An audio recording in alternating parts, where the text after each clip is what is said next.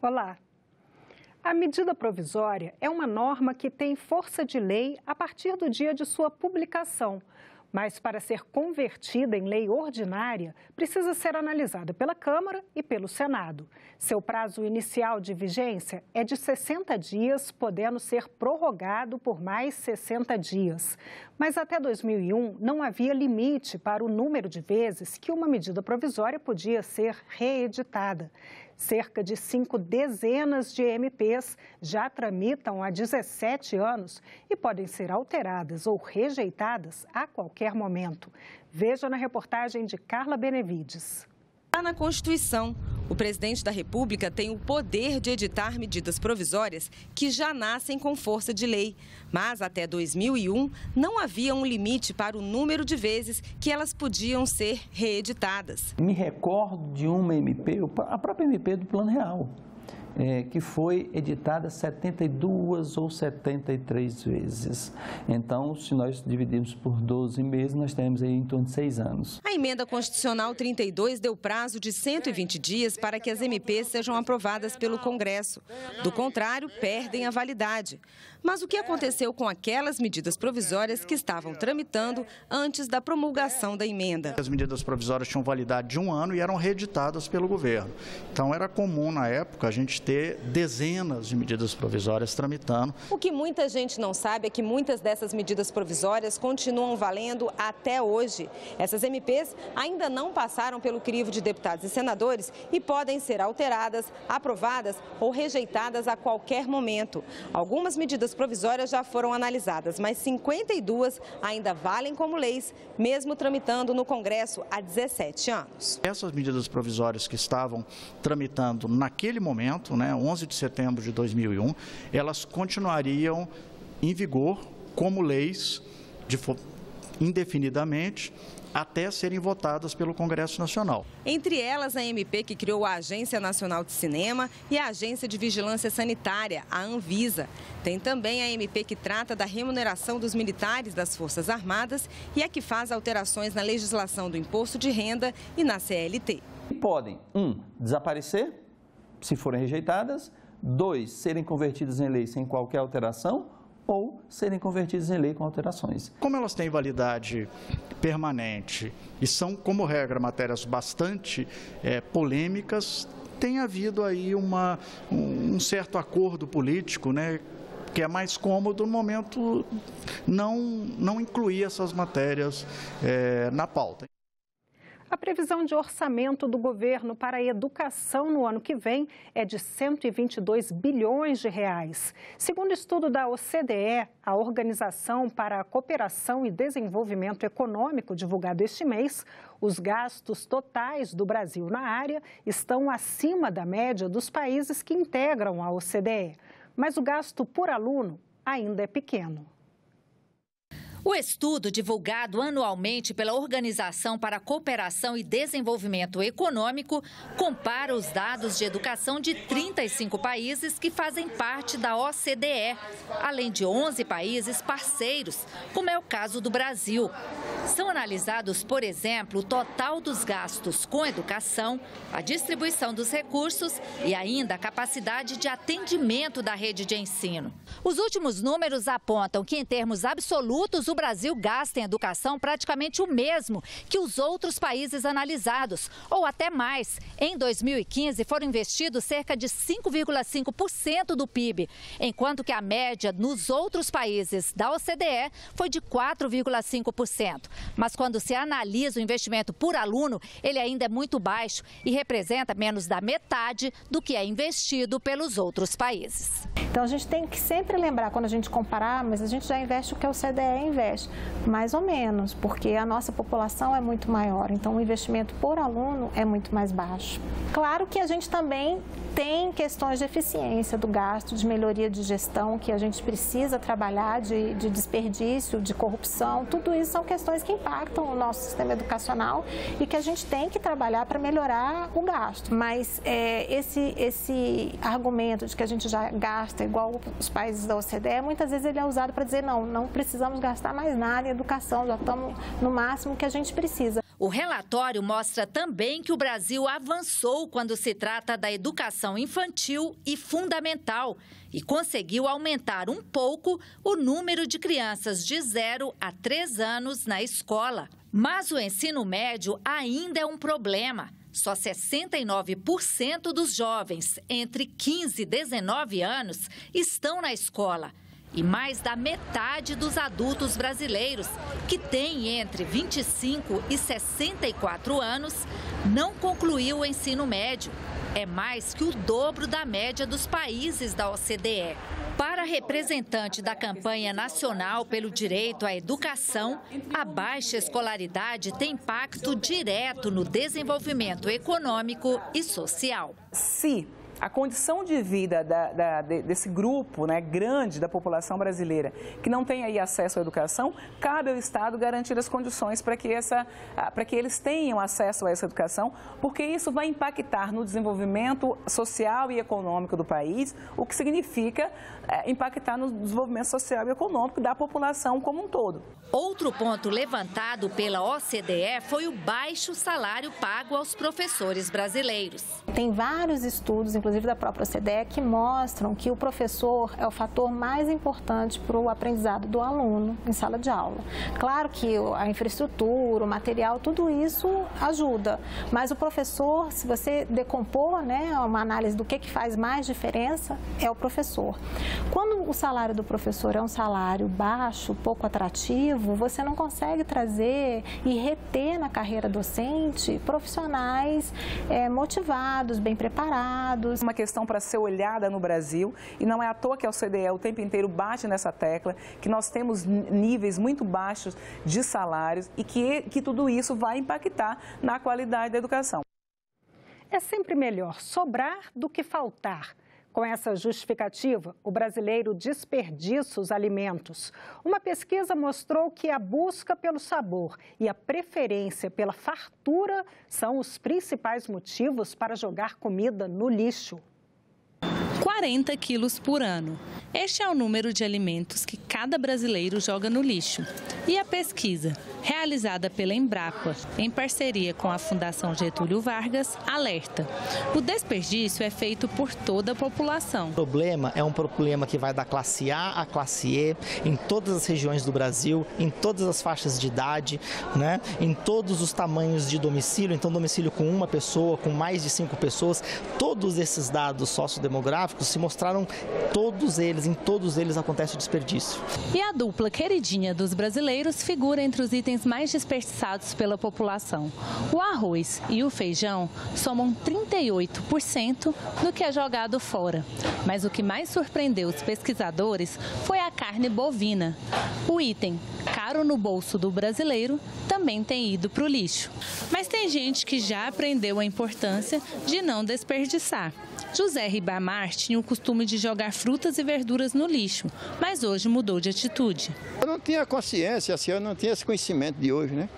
Então, quando eu vim raciocinar, que eu também já passei necessidade, gente de família pobre, lá do Piauí, então eu não jogo nada fora mais, eu faço questão de doar para alguém que precisa mais do que eu.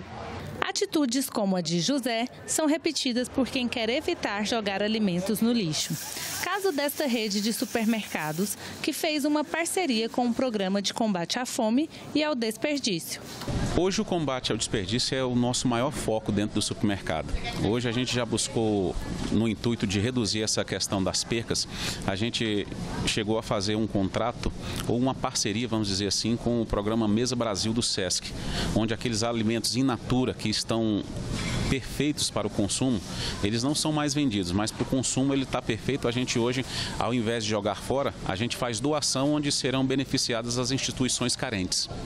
O desperdício de alimentos também impacta na economia e no meio ambiente. Dicas não faltam para reaproveitar os alimentos. Eu que aproveitava como casca de banana, tomate, pimentão, essas coisas, a gente faz só adubo das plantas. Eu faço sopinha, eu faço mexido, ou então eu faço uma torta, né, de legumes e acrescento o restante das coisas.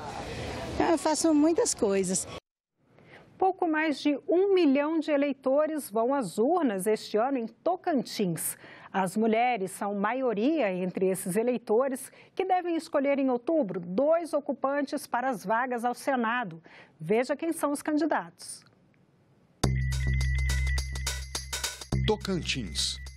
Antônio Jorge tem 66 anos e é formado em administração. Foi deputado estadual e deputado federal. É presidente do Sindicato Rural de Palmas.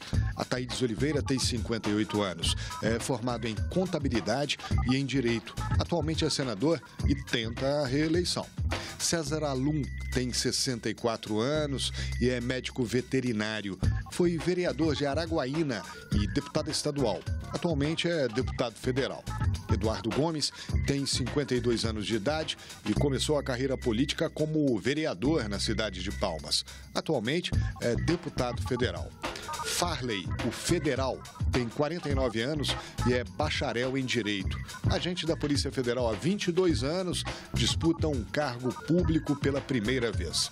Irajá Abreu tem 35 anos e é formado em Publicidade e Propaganda. Foi secretário de Desenvolvimento Agrário de Tocantins. É deputado federal. Melqui Aires tem 54 anos, é teólogo e produtor rural. Já foi secretário de governo da Prefeitura de Palmas e vereador. Paulo Mourão tem 62 anos e é engenheiro agrônomo. Exerceu 4 mandatos de deputado federal e atualmente é deputado estadual. Vicentinho tem 60 anos, foi prefeito de Porto Nacional, deputado estadual e deputado federal. Atualmente é senador e tenta a reeleição. A nossa entrevistada de hoje é a mestre em Direito do Estado, Sabrina Marques. Ela conversa com a jornalista Tânia Horman sobre o direito achado na rua. Sabrina, queria agradecer a sua presença aqui, né? Mais uma vez a gente vai falar numa das linhas de pesquisa da linha de pesquisa Direito Achado na Rua da Universidade de Brasília, que estuda justamente o direito que nasce do exercício da cidadania, né? Não o direito da lei, não o direito dos códigos, o direito positivo, formal, mas o direito que nasce da própria sociedade na sua dinâmica de convivência, né? E dentro dessa linha, moradia. Moradia é um tema muito sensível, né? A gente vê em sucessivas campanhas presidenciais, por exemplo, quando se fala em colocar em risco um programa como Minha Casa Minha Vida, o apelo que temos a sensação que isso tem na definição de um voto. No entanto, quando a gente fala de moradia, deveríamos estar tratando de uma política de Estado e não de governo, né? Então, eu queria começar a nossa entrevista dessa perspectiva. Por que é difuso ainda para o cidadão essa noção de que esse é um direito de Estado, até mesmo na reivindicação do exercício desse direito, né? Sendo que moradia foi justamente o mote que criou esse núcleo de pesquisa da UNB, né? Como é que pode isso ainda, depois de mais de 2 décadas, ainda ser uma questão que não está clara para o cidadão? Bom, Tânia, primeiro eu queria agradecer pela oportunidade de estar aqui, agradecer também ao professor Zé Geraldo, que é nosso grande incentivador. E é bem interessante você falar isso. Se a gente for pensar no ciclo das políticas públicas, a gente tem a agenda, a formulação, a tomada de decisão, a implementação e a avaliação, como um ciclo completo das políticas públicas. Quando a gente fala que a gente tem uma política de governo, normalmente essa política, ela não passa pelo ciclo completo das políticas públicas. Então, ela vai partir de uma necessidade de dar uma resposta para uma agenda e vai para a implementação. Então, ela tem um ciclo mais sumário, mais resumido, algo que vai ser menos perene no tempo e que muito provavelmente vai ter a suscetibilidade e a probabilidade de mudar, conforme a gente vai ter a mudança de governo. Já a política de Estado, ela abrange esse ciclo mais completo, ela tem arranjos mais complexos, ela envolve variados atores, eventualmente ela vai ter a necessidade de passar pelo legislativo para que a gente tenha algum ato normativo referendando essa política. Muito certamente vai ter uma análise, né, um levantamento de dados, uma avaliação de cenário, ou seja, com elementos que façam com que essa política seja mais consolidada. E o que é essencial para que a gente tenha essa caracterização, que é o controle social. Porque mesmo, não quer dizer que a gente tendo esses arranjos mais complexos e uma lei ou um decreto que fundamente essa política, não quer dizer que ela esteja, que ela seja perene, independentemente de mudança de governo. Eu acho que o controle social é um dos elementos centrais para a gente ter a manutenção dessa política. Então, o direito à moradia, por exemplo, ele tem uma característica de política de Estado, uma vez que está até uma previsão constitucional, né? Mas a consolidação desse direito passa pelas políticas de governo. É através das políticas de governo que se consolida uma política de Estado. Isso que acontece. A gente tem algumas políticas de governo e a gente pode dizer que a gente tem algumas políticas de Estado. Entendi. Agora, uma das coisas que é relevante a gente pensar também é que a política de Estado, mesmo que a gente tenha uma política que foi feita no governo, mas que que ultrapasse a esfera desse governo, que o novo gestor, o novo presidente, governador, prefeito, que diga que vai dar continuidade à política do governo anterior, não basta ele dizer isso. A gente sabe que política pública sem orçamento é palavra ao vento. Então, a gente precisa, prévio a dizer simplesmente que vai manter a política, é priorizar e destinar orçamento. Então, mais do que o anúncio em si, de uma vontade, uma intenção, você tem que ter uma estratégia de implementação, né? Com certeza. E aí me vem uma pergunta, o que acontece, por exemplo, nesse momento em que a gente vê na mesa discussão sobre planos de governo. Uhum. Planos de governo, políticas públicas, como é que a moradia fica inserida, né? Assim, pensando no horizonte desse momento em que vivemos, o que você acha que pode acontecer com uma política pública que trata de moradia, né? Essa sua questão é super relevante, porque agora, analisando as propostas dos presidenciáveis, né, para pensar no plano federal, dos 13 candidatos, a gente tem somente 7 que incluíram essa temática do direito à cidade, que a gente trata de uma maneira mais abrangente, a questão da moradia, né? Porque a moradia não dá para a gente só pensar numa casa e um terreno. A gente tem que pensar em localização adequada, num custo acessível, infraestrutura próxima, impossibilidade de você ter acesso a transporte. Então, a gente chama isso de direito à cidade, né? Um conjunto de direitos que garantam esse direito coletivo a toda aquela sociedade, aquela comunidade. Então, igualdade de acessos. Desculpe te interromper, mas então hoje em dia um conceito mais atual e vamos dizer até, eu arrisco dizer, mais eficiente é você não só pensar na questão de moradia, mas a qualidade de vida dessa moradia, ela depende também de uma série de serviços que compõem uma moradia possível. Exatamente. É isso? Até porque a gente entende que esse conjunto de direitos, e aí trazendo de novo o direito achado na rua, que é a ideia do contraponto com o direito que você tem produzido dentro dos gabinetes, produzido dentro das instâncias de poder pelo Estado, o direito achado na rua é aquele direito produzido por um sujeito coletivo. E esse sujeito coletivo, com essa garantia de direitos na cidade, está ali todo dia, todo tempo, criando o novo, no exercício desse direito. Então, é isso que a gente está defendendo, esse direito à cidade, que é um ponto de vista mais ampliado. Então, vamos voltar. Dos programas apresentados agora, nessa época de campanha que temos, os possíveis presidentes da República, dos 13, 7 apresentaram alguma coisa. E é no sentido desse conceito mais arrojado? Alguns têm uma pincelada, falam de direito à moradia, outros conseguem aprofundar um pouco mais. O que me chamou a atenção é que alguns deles tratam de uma questão que está super candente agora, que é a questão do saneamento básico. Porque a gente está com uma medida provisória que está prevendo a privatização do saneamento básico. E ao mesmo tempo em que a gente tem alguns candidatos que tratam da ideia de a gente universalizar. Hoje é um dos serviços básicos para a gente garantir um direito à moradia adequado. E se a gente for olhar o Brasil, quase 50% do país tem acesso à rede de esgoto. Claro que isso varia de região e município para município, mas ainda é um nível muito baixo.